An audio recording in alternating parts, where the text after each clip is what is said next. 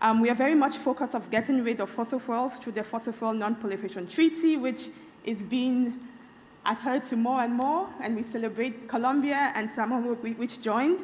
And we're also really keen on making sure that we promote human development through ensuring loss and damage fund that is fair and is not debts, but through grants. So this Catholic letter to the COP presidency contains our suggestions for climate action. It looks at progress, setbacks, and gaps, all through the lens of our Catholic social teaching.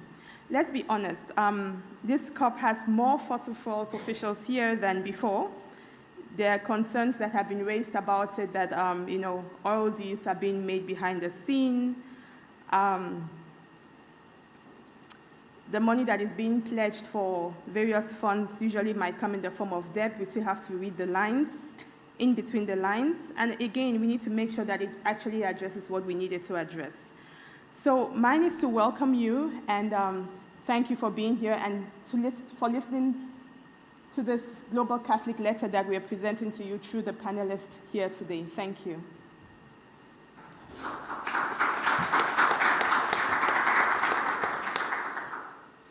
Good evening, good afternoon, and good morning, wherever you are in the world right now joining us.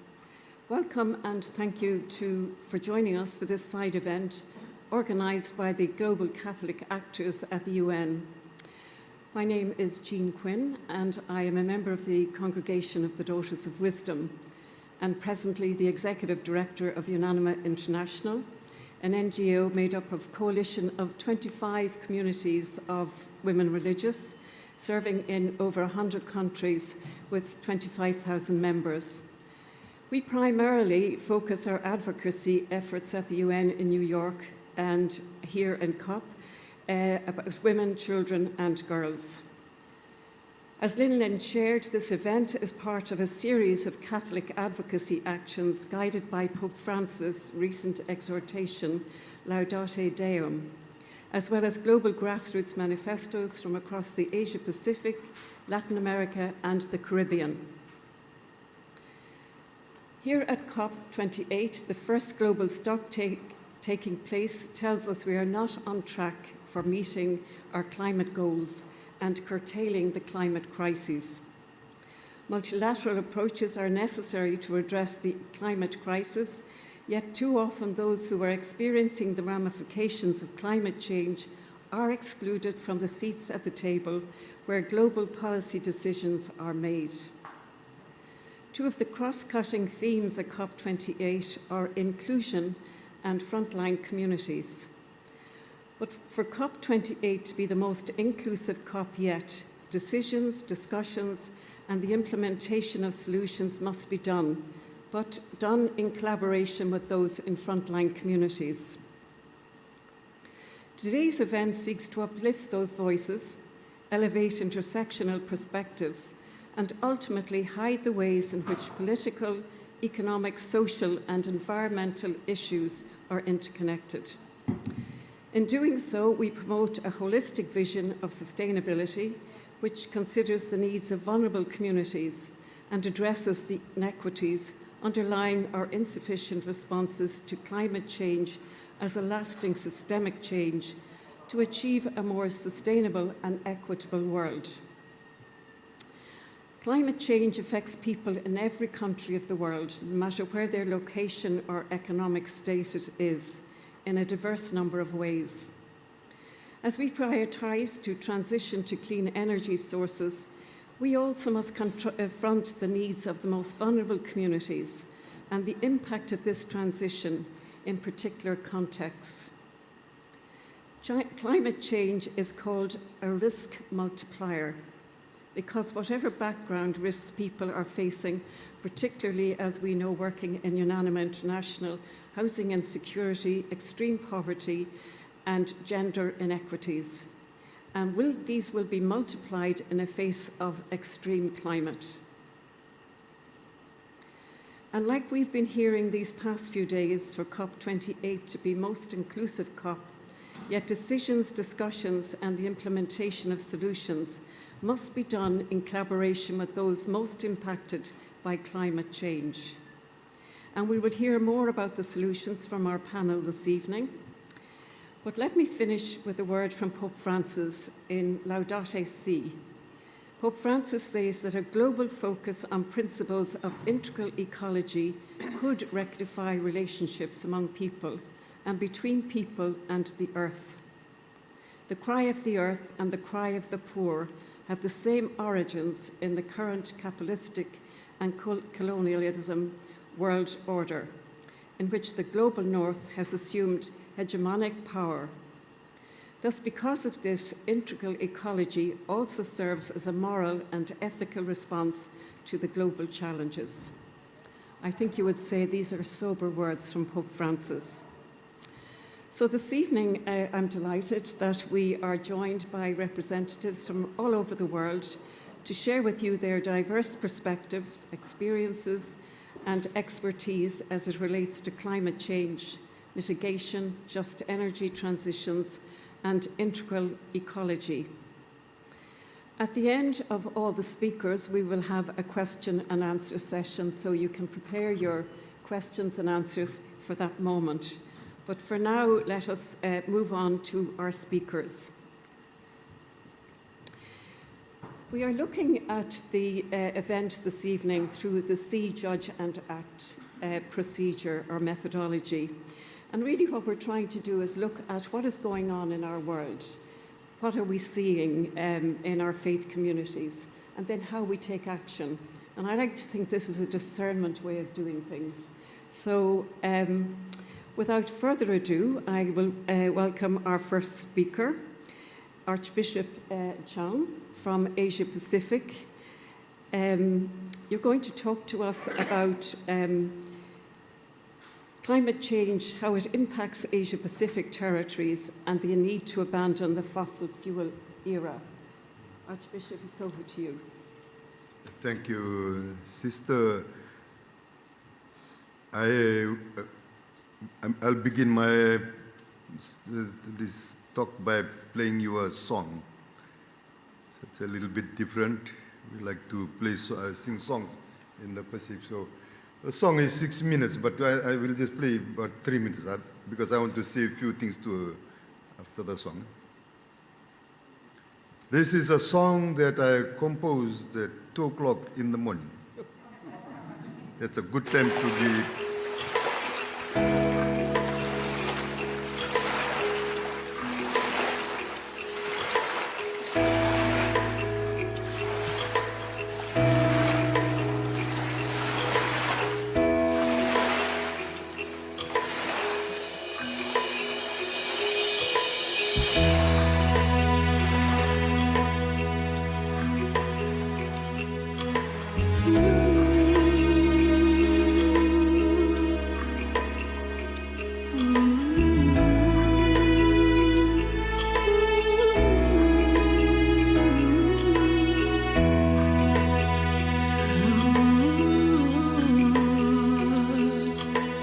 Island people, raise your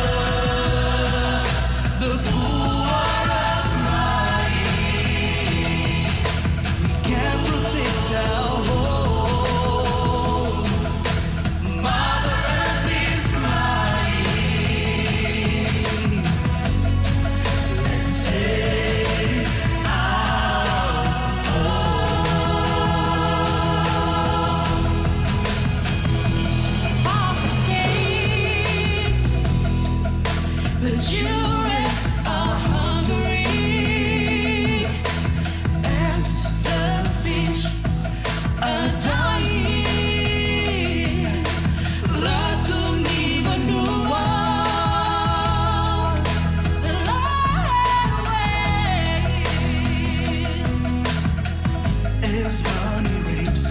Now on earth the poor are crying. Stop the mining, our earth is crying. Stop the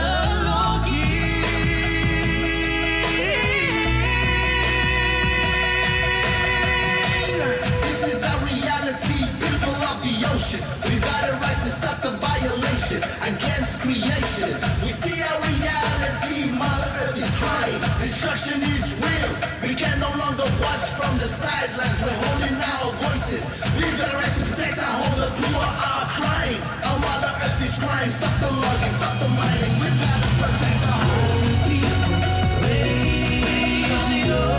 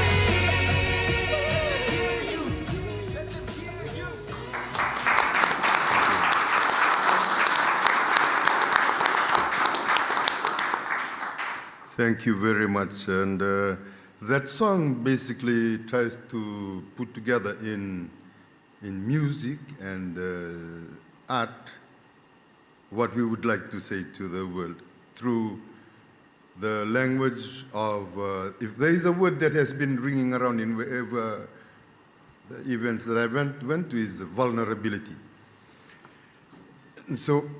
Vulnerability expresses where most of us are. So for church, then the question then is, how do we speak about God in vulnerability?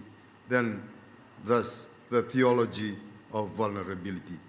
Basically, how do we talk about God in vulnerable situations? Susan Babka, this is a theologian, she says, there are times when theology is muted, is silent, and it's in disaster when you can't talk about God. When you go to, after a cyclone, you can't talk about God in the old way. So how do you talk about God in vulnerability? So that's the first one. And so vulnerability is not a weakness, it's not, it's a form of power that draws, invites for participation in what Pope Francis calls the the multilateral approach. It's not a power over, but a power that invites. So Ronald Rolheiser, one of our modern spiritual writers, talks about the power of vulnerability that invites, that draws participation. So that's the first thing that what the song tries to explain, communicate, vulnerability. It's called the lament. The second point, and this is my last point, is that because we are church, we use the God language. And the God language is symbolic. As theologians will say, theology, faith, when we communicate God and faith, it has a symbolic structure. So we have to use symbols.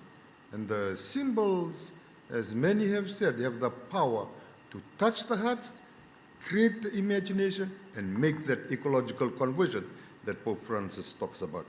And so I'm using the artistic and symbolic language. And many theologians have talked about this. I'd like to name a few. Leonardo Boff, the author of The Cry of the Earth and Cry of the Poor, which was used a lot by Pope Francis. Richard Rohr, another spiritual writer, uses symbols. The other language that carries a lot of weight is stories. Johann Metz, he says, writing in the Holocaust, he said, theology must be narrative, must be storytelling of the dangerous memories.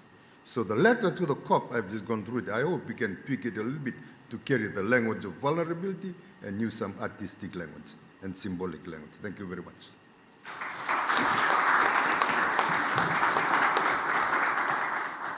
Thank you very much, Archbishop. I was very moved by that video. You couldn't but be moved. But what struck me was the lament, but also the hope, and also the numbers of people that if we come together, what we can achieve. Yes. I was very struck by that. Of course, as a daughter of wisdom, I'm going to say that for me, wisdom is in the experience. And that's what I was finding all the time, that there she is to be found. And as you talked about Mother Earth, that's exactly what we were looking at. Please forgive me for not reading out your bio at the beginning, because it should be the Catholic Archbishop of Suava, Fiji. He holds a doctorate from the Graduate Theological Union in Berkeley, the United States, and since 2018 has been the president of the Federation of Catholic Bishops' Conferences of Oceania. And I'd say you're an absolute gift to them. So thank you very much. So our next speaker is Father Jean, who's coming from the Symposium of Episcopal Conferences of Africa and Madagascar. Father Jean is the Deputy Director General, Symposium of Episcopal Conferences of Africa and Madagascar, SECAM. He's been called for a new Africa invigorated and shaped by the gospel, and a new inculturation of the good news in families, schools, universities, politics, and economics. He has also emphasized the need for pastoral strategies to launch a new missionary momentum. You're going to talk to us about a just energy transition, which should and must guide COP28 negotiations on fossil fuel phase out. Thank you. Good evening, everyone. Excellency, dear Reverend Fathers and Sisters, dear brothers and sisters. It is an honor for me to take the floor in this side event, and I would like to thank Madame Lindlyn Moma, who invited me to make this presentation on behalf of Bishop Stephen Mamza, who is the president of SECAM, Justice, Peace and Development Commission. So I would like to summarize in this presentation the main ideas developed by our SECAM and our partners, especially Laudato Si movement, CITSE, Miserere, and so forth.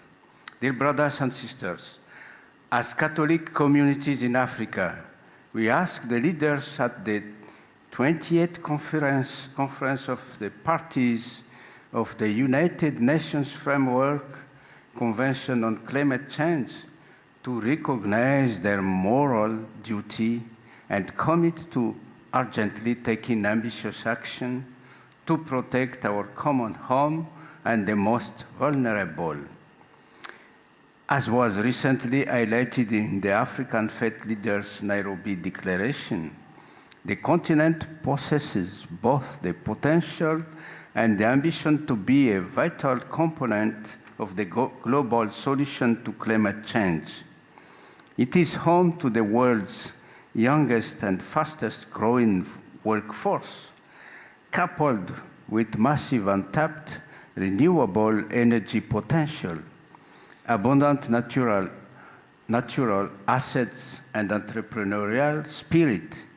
Our continent has the fundamentals to pioneer a climate-positive pathway as a thriving, cost-competitive industrial hub with the capacity to support other regions in achieving their climate change mitigation and adaptation measures. Africa is experiencing exacerbated climate change and biodiversity impacts with health and security already at risk due to extreme weather conditions, rising sea levels, and other climate change-induced challenges. It is evident, as starkly stated in the 6th assessment report of the Intergovernmental Panel on Climate Change, that the world is not on track to keep within the 1.5 degrees limit agreed upon in Paris, and that global emissions must be cut by 45% in this decade. We welcome and celebrate Pope Francis' recent apostolic exhortation, Laudato Deum, which illustrates the global social issues of climate change and echoes the sad reality of climate change impacts. As the Pope notes, it is not possible to conceal the correlation between these global climate phenomena and the accelerated increase in greenhouse gas emissions. Laudato Deum, number 13. Pope Francis further urges, we must move beyond the mentality of appearing to be concerned but not having the courage needed to produce substantial changes. In line with this year's COP28 theme, health, recovery, and peace, we call on the leaders to ensure that they listen to the plight of the earth and of the most vulnerable by phasing out fossil fuels and endorsing and adopting the Fossil Fuel Non-Proliferation Treaty. We call on them to tackle both climate change and biodiversity loss together, as they are inextricably linked. Biodiversity is collapsing in front of our very eyes, with disastrous consequences for us all and future generations. We need to protect Africa and the rights of indigenous peoples, in particular, must be uplifted, as they are the best guardians of our common home. We are reminded that economic policies must prioritize efforts to accelerate emission reductions through just transition processes and operationalize the loss and damage fund, ensuring that they are aligned with the bold goal to limit global temperature increase to 1.5 degrees. Pope Francis invites us to join him in this pilgrimage of reconciliation with the world that is our home, and to help make it more beautiful, because that commitment has to do with our personal dignity and highest values. May God bless the deliberations, and may they be ambitiously fruitful. Thank you for your attention.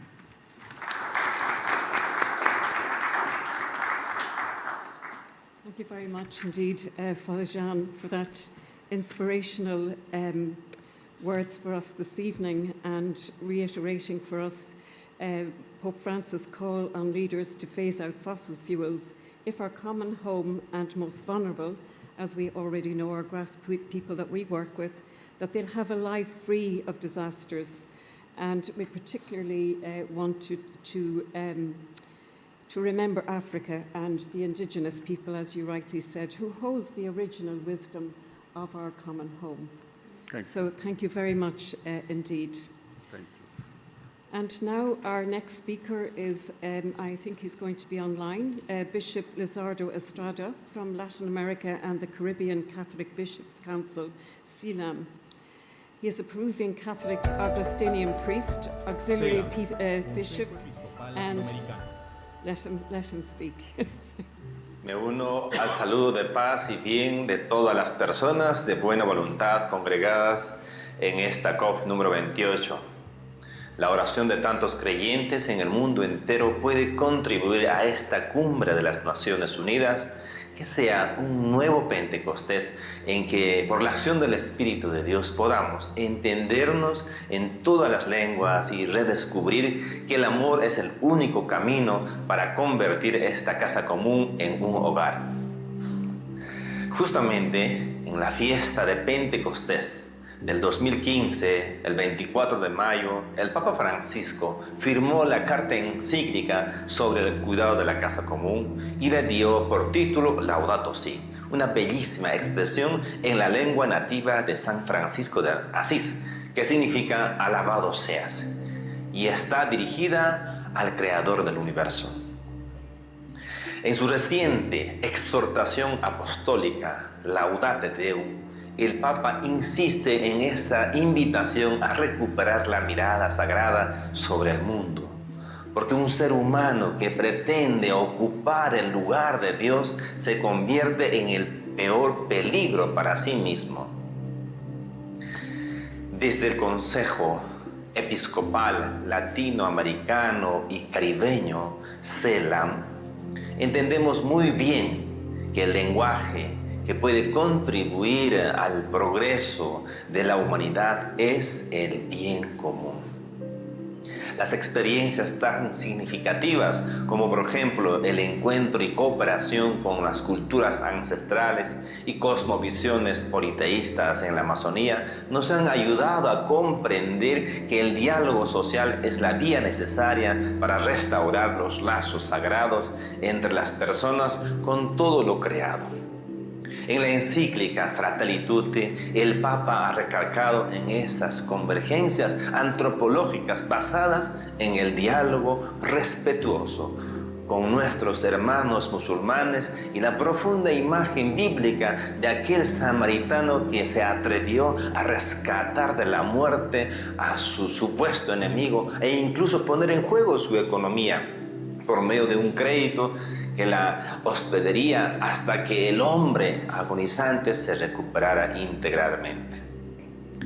De una u otra manera, la COP28 es un espacio para ejercer esa capacidad humana de dialogar en busca del bien común.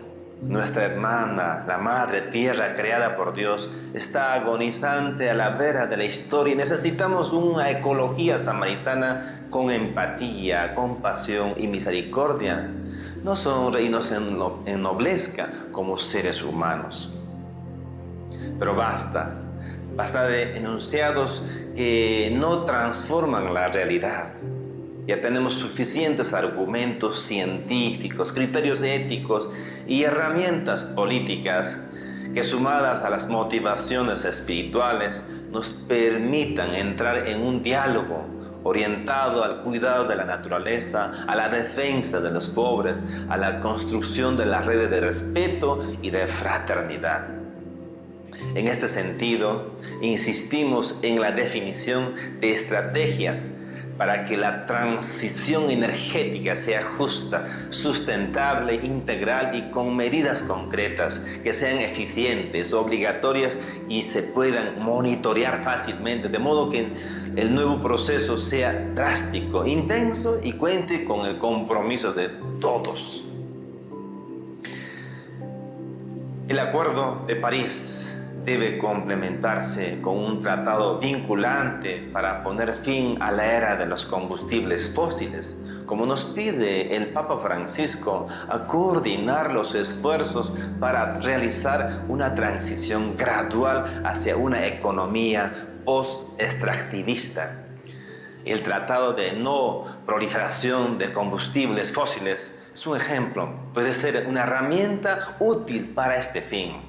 Esto debe quedar explícito en las conclusiones de esta COP28 para no eludir más las responsabilidades históricas. Por favor, queridos hermanos y hermanas, les ruego a todos los que toman las decisiones y que piensen en el bien común, en el futuro de sus hijos, en los intereses que son de todos, no las circunstanciales o de unas empresas. No podemos caer en falsas soluciones. Desde América Latina y el Caribe alertamos que muchas veces se impulsa la generación de tecnologías e infraestructuras que mantiene el mismo sistema de producción y consumo y la misma necesidad de energía, lo cual aumenta la presión y la voracidad sobre los minerales metálicos y especies forestales que constituyen una nueva amenaza para la biodiversidad y las poblaciones afectadas, pero sobre todo en el sur global. Asimismo, hemos visto que las actividades pongamos toda nuestra inteligencia, colaborar como instrumentos de Dios para el cuidado de la creación, cada uno desde su cultura, desde su experiencia, desde sus iniciativas y sus capacidades. www.celam.org.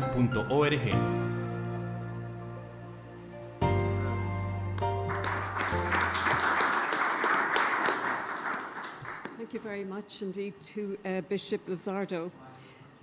Oh, is it okay?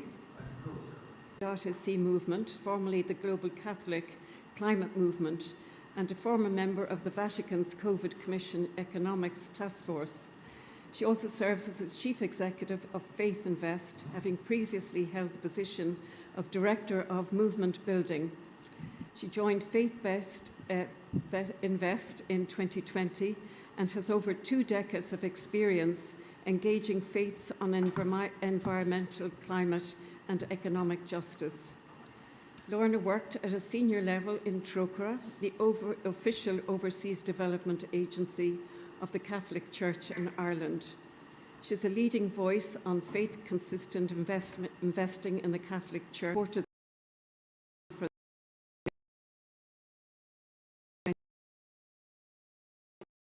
Actors are judging and acting up. Thank you, thank you, Jean. And I think I'll leave it to Tzeporah afterwards to explain if there's any doubt in this room about why we need to get out of fossil fuels. I'll leave that question slightly to the side, but I want to address the question of are faith institutions getting out of fossil fuels? Is it happening? And what more can be done? So faith institutions really matter in this, really matter, because faith institutions, apart from being really important bearers of wisdom, culture, behavioural norms, societal norms, all the work of preaching, the work of educating, are also big players within the global financial markets. A recent study by Oxford University put a really conservative estimate on the main faith institution investment at $4 trillion. I think you could at least double that, if not more, because it misses out some significant areas of investment, such as the whole Islamic finance area, and the investments of up to 2,000 Catholic religious orders who have significant financial resources all over the world. Correct. So that's my first point, is that faith institutions are major investors. So are they really stepping up to get out of fossil fuels? The answer there is, well, kind of, a little bit. There's a lot more work to do. So to date, 354 Catholic institutions have divested from fossil fuels. On one hand, we could say, yay, that's a great number, 354, great. But when you consider where we are right now, and the fact that Pope Francis has now written 2 letters on the environment, one of which could not be clearer, I don't think that's good enough. I really don't. I think a lot more could be done. And bear in mind that is about a third of all institutions globally who have divested from fossil fuels. So there's a lot more work to do on the divestment side. And just to say how important this is from the point of view of getting out of your institution out of fossil fuels, what the faiths do, it's disproportionate to the size of the investment. In Ireland, we worked with the Catholic Bishops' Conference, and they became the first Bishops' Conference to divest from fossil fuels. And their decision, even though they had quite a small portfolio, at the time they divested, there was no product on the market for fossil-free investments. So they didn't allow their investment managers to constrain them by saying, oh, this is too hard, you'll lose a lot of money, this is, that's the kind of questions you hear. Too difficult. I won't tell the whole story, but by the end of the campaign, which mobilised the entire civil society in Ireland around this divestment, we had divested almost all the universities. The Church of Ireland divested as well, and the Irish government became the first country in the world to divest its sovereign wealth fund from fossil fuels. And that started with a faith campaign on the back of Laudato Si, and a few of us sitting in a room saying, we really need to get the bishops out of fossil fuels. We did it through the theological reflection, got them to assess their investments in light of the science and their theology based in Laudato Si. So there's a lot more work to do. Some done, a lot of work done, a lot more to do. And I work now with Faith Invest, which works across all the faiths, to help faiths to reevaluate their investment policies. In light of all their teachings, I was struck by the bishop from South America saying, no more declarations. Well, faiths are really good at declarations, really good multi-faith declarations where we stand up and proclaim that we all want a nice world. I mean, there's more to it than that. It's really important to have those declarations, but action needs to follow. And that action has to include reevaluating your investments in light of your teachings, and then putting that front and centre and saying to your investment manager, you know, this is what we believe in. What can you do for us? And if they can't do it, you go to someone else. When the bishops then went to actually divest, they had the asset managers lining up because they saw the market was shifting. Faiths have the capacity to shift the markets. However, we're in a COP where we're heading in the opposite direction of where we need to go. I was at the Climate Action Tracker launch this morning, and it was shocking to see how many countries. They listed all the countries that are expanding fossil fuels, and it's really disturbing. The UAE plans to increase fossil fuel production by 40% by 2030. So, but they're joined, they're not on their own, by Australia, by the US, by Saudi Arabia, Morocco, Indonesia, Turkey, Argentina, Kazakhstan, and the list continues. So we're in a really critical moment. And this comes to, in my view, in what needs to happen next and why we're here today. The focus needs to be kept on fossil fuels. Because in Ireland, we have this joke about changing a light bulb. I don't know if it translates in other cultures, but it's around how many people does it take to change the light bulb. Well, it feels sometimes at COPs that we're doing everything apart from the light bulb, which is fossil fuels. You know, we were going around the place talking about everything apart from the one thing we need to be doing. So that needs to happen. We need to recognise we're all in collusion with this system of fossil fuels, and faiths in particular need to look at their investments and their banking and look at how they can get out of that and managed, and like it can be a managed, timed, but the signal is so important. Imagine if the US diocese, there's 170 Catholic dioceses in the US, not one has divested from fossil fuels, as far as I'm aware. And yeah, it would make send a huge signal and be very important. And then the second thing is need to be far more bold and prophetic about what we actually invest in. And take a mentality of proactively seeking out the real solutions to climate change and nature-based solutions in terms of our what we choose to invest in. We should have the horizon of eternity in how we invest.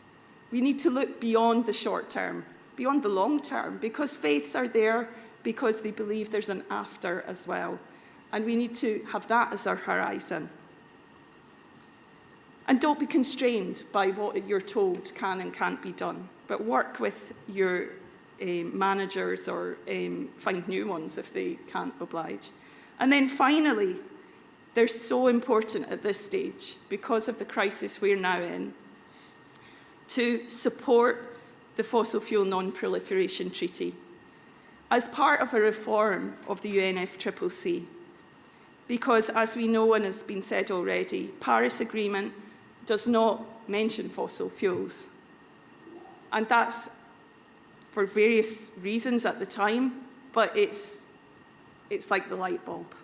We can't change the light bulb unless we're talking about the light bulb. So it's so important as part of this process that by the end of COP28, we are really addressing, and that's what this COP will be judged on the phase out of fossil fuels. It's the measure of the key measure is success. Thank you.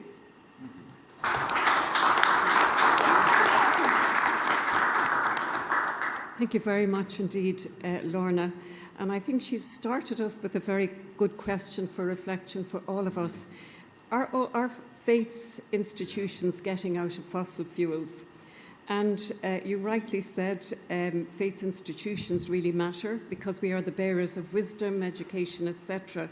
But we are also players in the global financial markets. That is something to think about. I have to say, it's not often on a panel I hear somebody talking somewhat well about our government, but that was interesting to look at the work you did with the government and how faith institutions do matter. And we know this working in New York with member states. Many of the Secretary Generals says, ignore faith people at your peril. And I think that's really, really important. You said about maybe COP is going in another direction, and maybe it is, but maybe we just need to get that light in, the bulb in, and keep it lighting. Thank you very much indeed. And our next speaker, I'm delighted to say, is Tzeporah Berman. She's currently the International Programme Director at Stand Earth and the Chair of Fossil Fuel Non-Proliferation Treaty Initiative. She's the former co-director of Greenpeace International's Climate and Energy Programme and co-founder of Forest Ethics. In 2006, Tzeporah was appointed by the Alberta government to co-chair the Oil Sands Advisory Working Group, tasked with making recommendations to implement climate change and cumulative impact policies, and was listed as one of the 35 most influential women in British Columbia business magazine. In 2015, she was awarded the YWCA Women of Distinction Award in British Columbia, and in 2013, she was awarded an honorary doctorate from the University of British Columbia. That's a wow bio. Tzeporah, you're going to talk to us about how a fossil fuel non-proliferation treaty will help us meet the goals of the Paris Agreement. Thank you so much. I'm so moved to be here, to see the support and incredible work by all of you and these tremendous faith leaders and so many of the faith community around the world. We've come so far in just 3 years.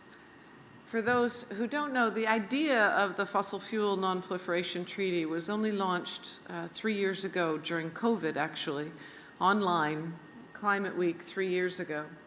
Even just last year at COP27, when we arrived at COP27, we had one country Vanuatu, who had proposed the fossil fuel treaty on the floor of the UN General Assembly. Today here at COP, we have 11 countries as of yesterday, with Samoa endorsing the treaty. And the movement is growing around the world. It is, it's like, in some ways, like a dream come true for me. I've been working on fossil fuels and oil and gas issues for many decades now, and I want to tell you a little bit about where the idea of the treaty came from and the logic behind it. I did a lot of work for years in Canada, in Alberta, in the oil sands. It's the single largest industrial fossil fuel project on Earth. It is a tremendous operation that you can now see from space. Just the tailings ponds with the toxic water from the development of the oil sands now are 1 trillion liters of toxic water in the center of Canada, and they're leaking and poisoning downstream Indigenous communities. I thought for many years that Canada wasn't cleaning this up or addressing the growth of the tar sands, even though every year we couldn't meet our climate targets, in part because we had a government that didn't believe in climate change.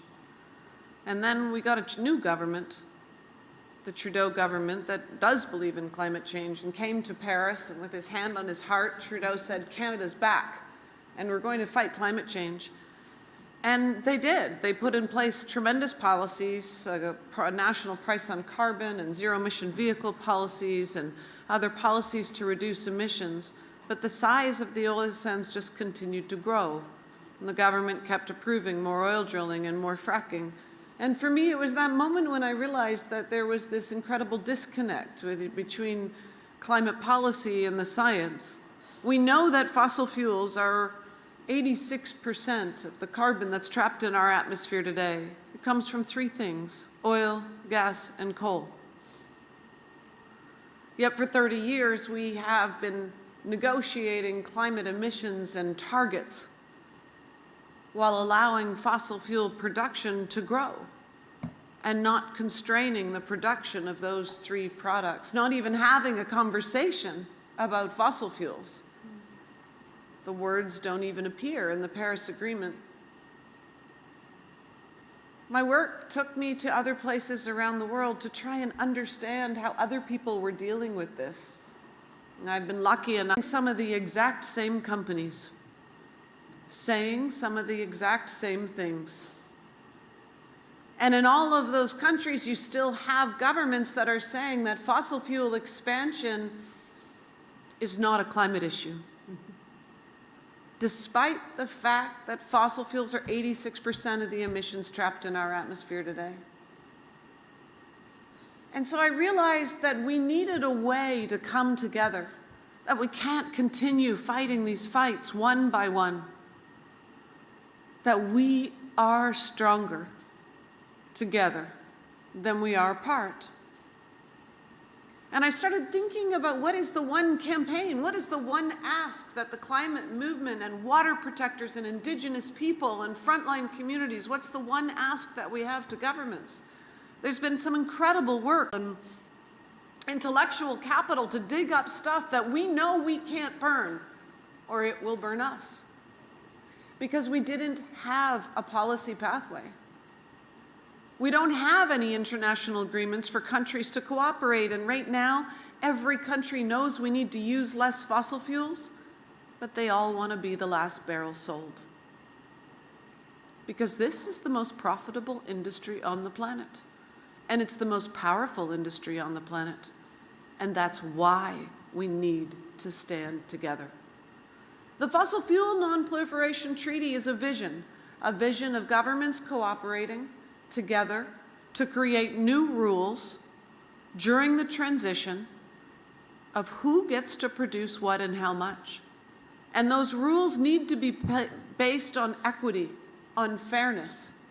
And we need new tools of global governance to manage the transition away from fossil fuels.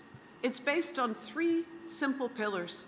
We need to stop the expansion of oil, gas, and coal. And countries need to cooperate to do that at this critical moment in history. This critical moment in history when 5 million people lost their lives last year alone just due to lethal heat. When 7 million people lost their lives last year due to the air pollution from fossil fuels. That's why we called it the Fossil Fuel Non-Proliferation Treaty.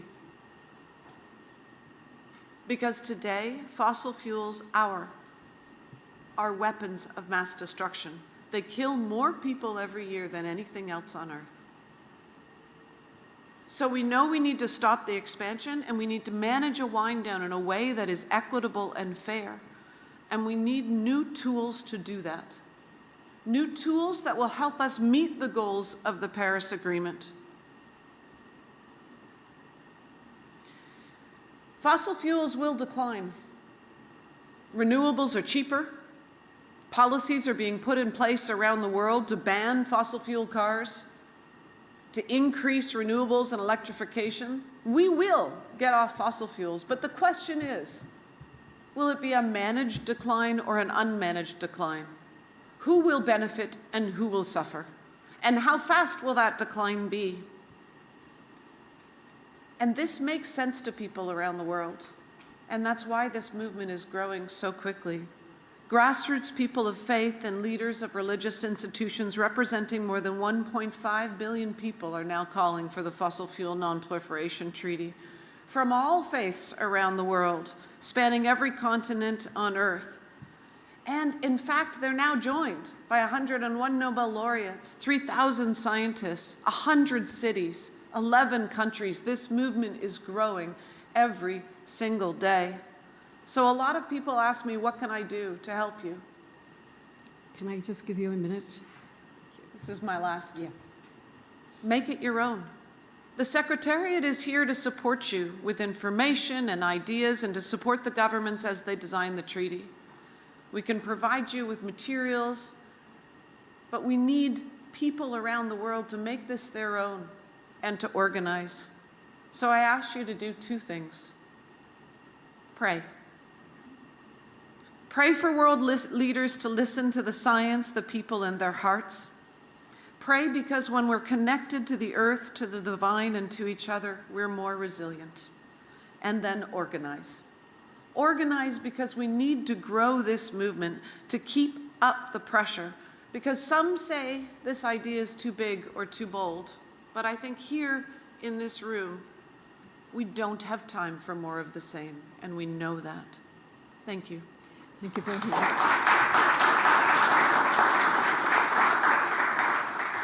Thank you very much, Tzeporah, and I'm sorry to have interrupted you, but No. I'm looking at the time I as got well. on a roll. I suppose one of the important things you talked about was the importance of governments that believe in climate change and how they need to align their policies to go with that. The other thing that struck me there at the end, which you talked about, that in many ways we're isolated, but we need not be. We need to be fighting the same fight, and we are stronger together, as we saw with the music there and the group that the Archbishop showed us. So thank you very much indeed, Tzeporah. Is Ibrahim there? The next group, please. So we're going to invite the three panelists on our next session, which is to act.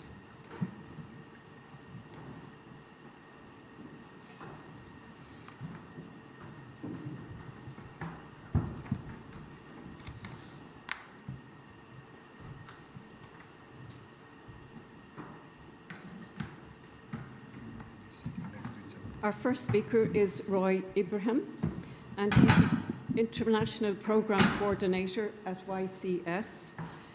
He holds a master's degree in Development Economics and International Development from the University Gustave Eiffel and an International Economics master's degree from the University in Paris.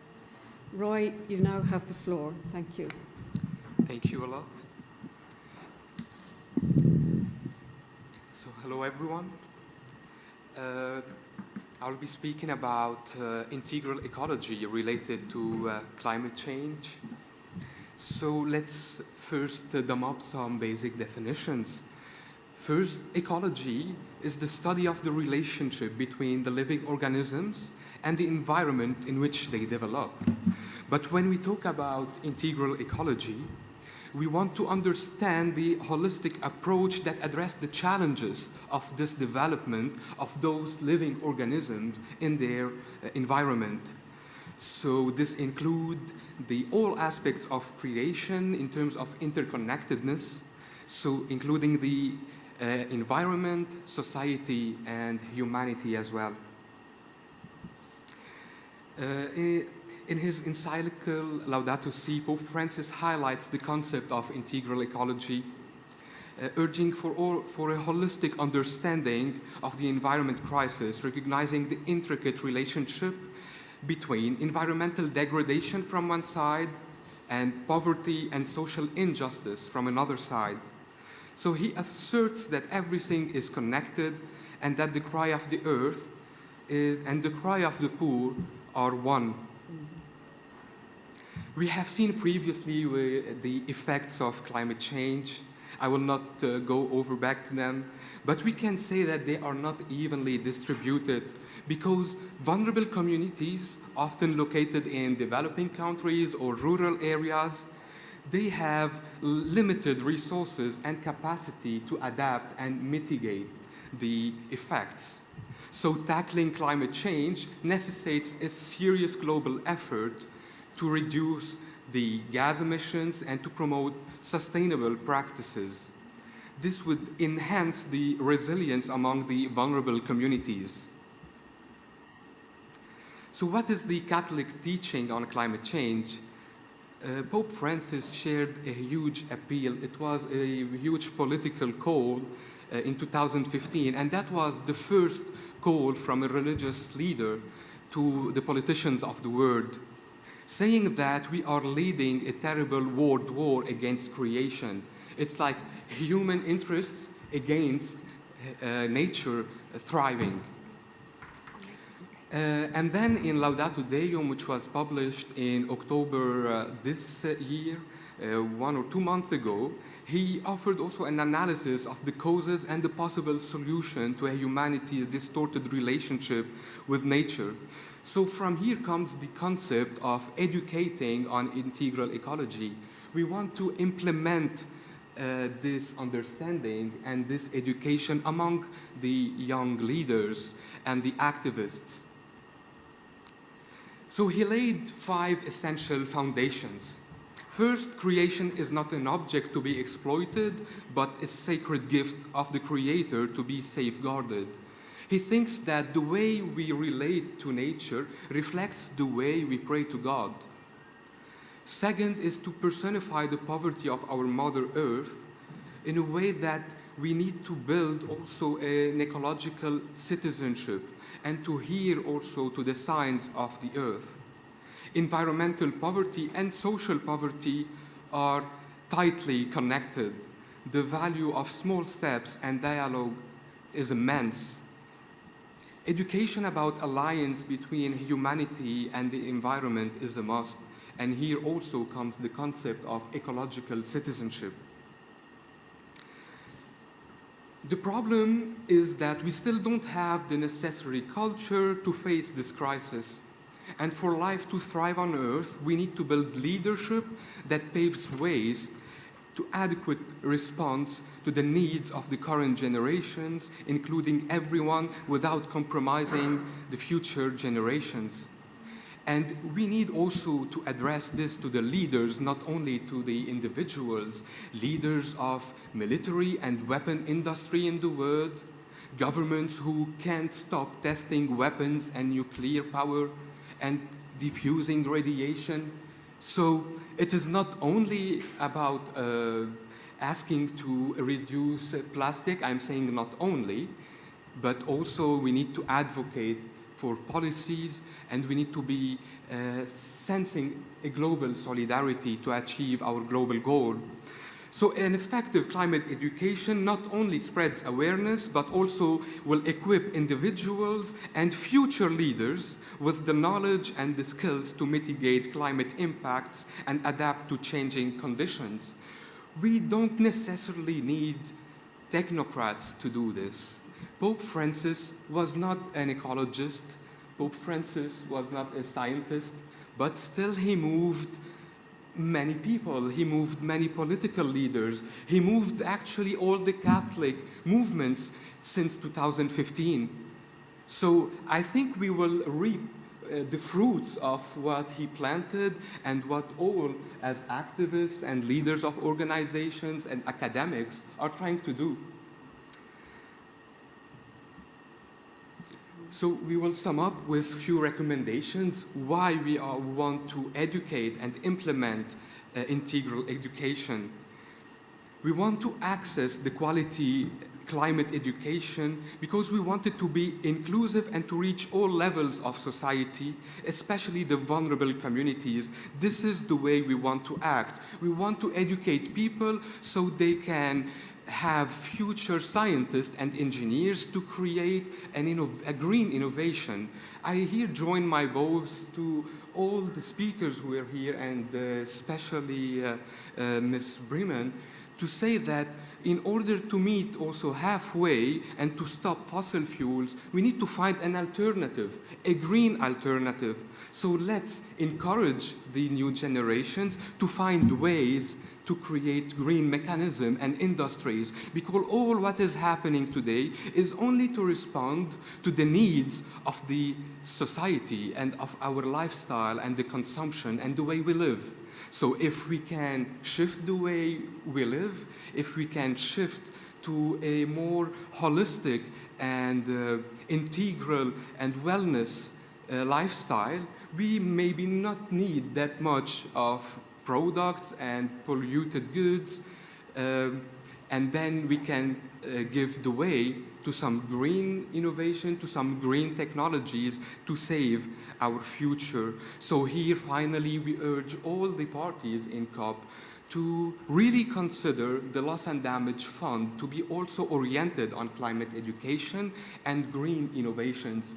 So we can, from one side, start to reduce fossil fuels and gas emissions, and on the other side, shift to a more green technology and start being also realistic in what we are advocating for.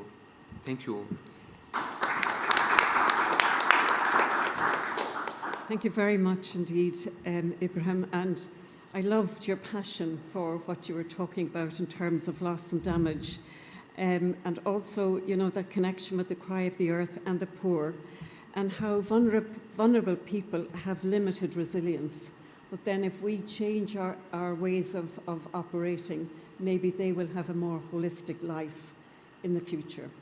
And I was very interested in about the shift in Pope Francis on what he did with his limited knowledge, but just had this passion for people. So thank you very much indeed. And now it comes to Liana Almony.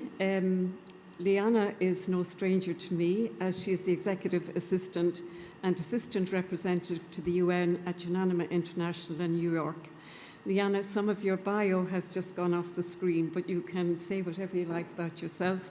But I do know you hold a master's degree in international relations, and you have been a great advocate in the last few months for women and children and girls at the UN in New York. Liana, you have the floor. Thank you, Jean, for that introduction. It's an honor to be here in Dubai presenting on a topic so close to my heart alongside this panel of esteemed colleagues. We've talked a lot today about integral ecology, emphasizing the relationship between ecological and social issues, and advocating for a holistic vision of sustainability. We've also discussed the need to shrink our carbon footprint while leaving no one behind, and the importance of confronting the needs of vulnerable communities as we transition from fossil fuels to accessible and renewable clean energy for all. And we know that women and girls are overrepresented among these vulnerable communities most impacted by climate change. So I'm going to take this opportunity to weave all these threads together and illustrate the interconnection of these issues through a more narrow focus, the gendered impacts of climate displacement.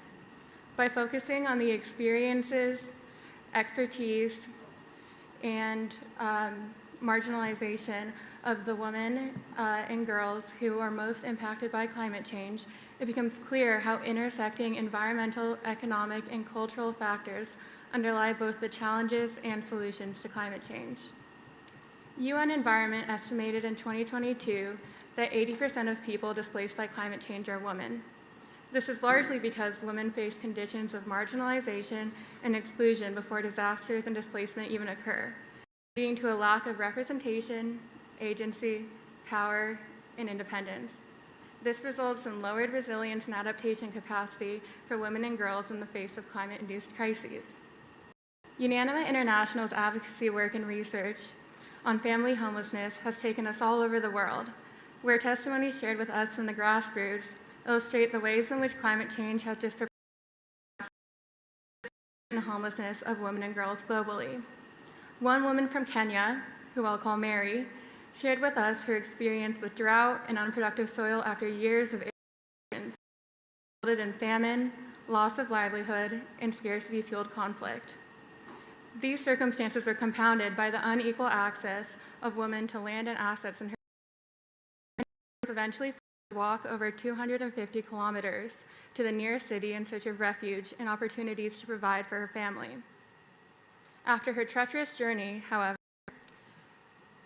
systemic and ideological gender barriers only pushed her further into the vicious cycle of extreme poverty. This led to her living on the street and later surrendering some of her children to a local orphanage.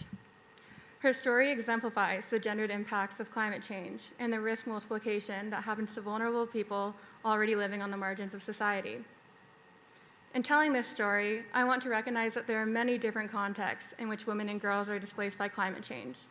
Whether it's women like Mary, where their dependence on agriculture and unequal expectations to provide for their families leads to their displacement, whether it's Indigenous women displaced from their homes on Pacific Island nations due to rising sea levels, with no choice but to flee their ancestral land, or whether it's women already displaced by conflict, who are then displaced again by floods and fires that wreak havoc on their refugee camps. In each of these contexts, women experience compounding risks linked to their gender and exacerbated by their displacement. So not only are women and girls vulnerable to climate displacement, they are also vulnerable in climate displacement. Displaced people often reside in substandard shelters, which are among the first to be hit when disasters strike health, gender violence, and human trafficking. Furthermore, the lack of gender-responsive care women and girls face around the world as a result of climate displacement points to the need for gender-responsive policy and the empowerment of women with lived experience to be agents of change. Climate change mitigation, disaster reduction, and adaptation policies cannot be holistically developed or implemented without the inclusion of women who understand the unique and compounding vulnerabilities which both cause and worsen climate displacement. Adaptation to the consequences of climate change requires strengthening the resilience of people in the human mobility context. This is why we need to work with frontline communities, those who understand the specific realities of women displaced by climate change because they've lived it, so we can meet people where they are and provide informed support. Women and girls are the creators of their own resilience. They just need the space and support to do so. On that note, I want to talk for a moment about financing, which, as we all know, is hot 28. Existing climate funds rarely and insufficiently provide direct support to individuals. The Loss and Damage Fund needs to finance both before and after they are displaced, and this keeps them from supporting themselves and supporting their communities. We need to provide financial incentives in which uplift women and girls in the face of climate challenges like displacement. Women have the ingenuity and ideas to mitigate and adapt to climate change, and they just need the tools to push those solutions forward. When we invest in women, we invest in human capital, and this has many benefits for society as a whole. Ultimately, we need a paradigm shift, not just through the power of presence, but also in how we view women in migration and displaced populations more broadly. Where they harm the environment, harm the water systems, harm air, animals, people. Fast fashion creates 100 billion garments every single year. 92 million tons of textile waste goes into landfills a year. 60% of the clothing that we wear is actually plastic. It's synthetic fibers, polyester, acrylic, and nylon. We know what that does to the environment. Fast fashion produces 42 million tons of plastic waste a year. It's actually the second most plastic polluting industry behind the packaging industry. 10% of the plastic that ends up in our oceans every year is from fast fashion. And as I told you before, it's 10% of the carbon emission. Creates an incredible ecological imbalance, massive water use, chemical pollution, deforestation, and something that's very important to me is the textile waste generation. Pope Francis urges us to be responsible. Each year, the fast fashion industry produces these 92 million tons of textile waste that fill landfills and contribute to environmental degradation.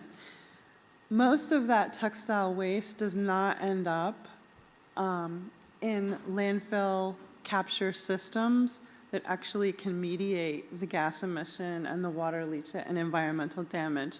An enormous amount of it is shipped to the global south, where it creates incredible damage to the ecosystems, to people, to air quality, to the environment. Social justice and solidarity. Pope Francis advocates for solidarity, and fast fashion creates detrimental effects that disproportionately impact the most vulnerable communities. And we've heard about that. And vulnerable communities in the global south who are shouldering the burden of this consumption mindset. Of those communities, women and children are the most negatively impacted. It undermines the interconnection that our Catholic leadership calls for, the interconnection of creation. It undermines respect for all of God's creatures.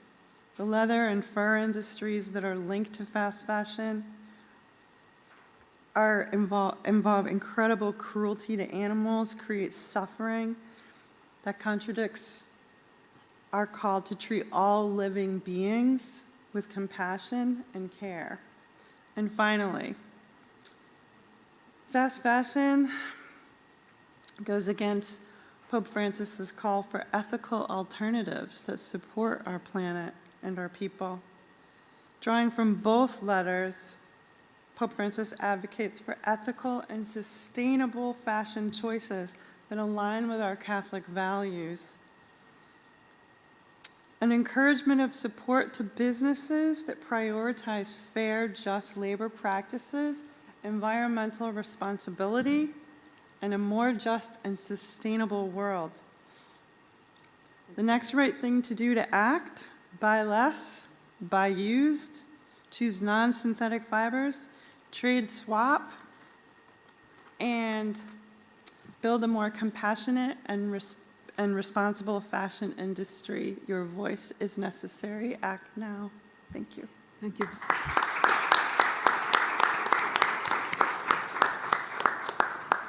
Thank you very much, Julie. I have to say your stats are frightening. I think we need to take a breath. But also, I think your call for justice and dignity for all in everything you've said is really a takeaway for us this evening, and I really appreciate that very much indeed. I know we're coming to the very end, and it's been